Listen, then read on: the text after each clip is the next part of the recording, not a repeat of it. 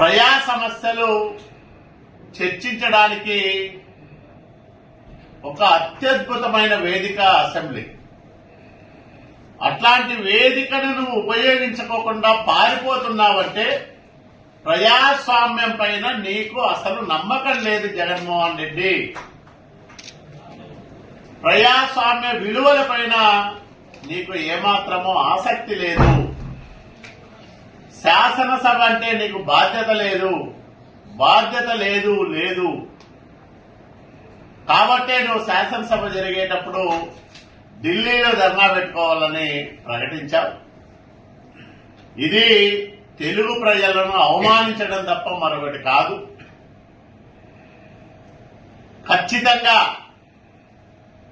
వచ్చే ఎన్నికల్లో మళ్ళా నిన్ను పులివెందుల్లో కూడా ఓడిస్తారు జగన్మోహన్ రెడ్డి. నీ తీరు మారకపోతే, ప్రజల గురించి బాధ్యతగా వ్యవహరించకపోతే, ఒక పార్టీ అధ్యక్షుడిగా నీ బాధ్యతలు నువ్వు నెరవేర్చకపోతే నీ స్థానం కూడా వచ్చే ఎన్నికల్లో గల్లంతైతారు జగన్మోహన్ రెడ్డిని నేను హెచ్చరిస్తా ఉన్నా.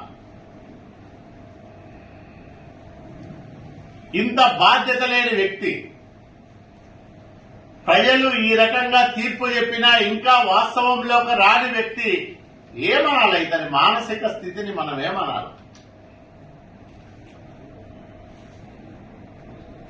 అంటే జగన్మోహన్ రెడ్డి పిచ్చి ముదిరింది, పాకాన పడింది.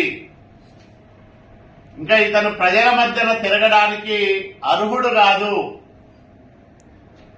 ప్రజల మధ్యలో ఉండే అర్హత జగన్మోహన్ రెడ్డి కోల్పోయినాడు అనేది జగన్మోహన్ రెడ్డి చేస్తున్న ప్రకటనలు, వెలువరిస్తున్న నిర్ణయాలు మనకు స్పష్టంగా అర్థమవుతాయి. కాబట్టి శాసనసభ సమావేశాలు జరిగేటప్పుడు వాటిని వదిలేసిపోతున్న పులివెందుల ఎమ్మెల్యేని ఏమనాలి? వైసీపీ అధ్యక్షుడిని ఏమనాలో ప్రజలే నిర్ణయం తీసుకోవాలని మేము విజ్ఞప్తి చేస్తా ఉన్నాం.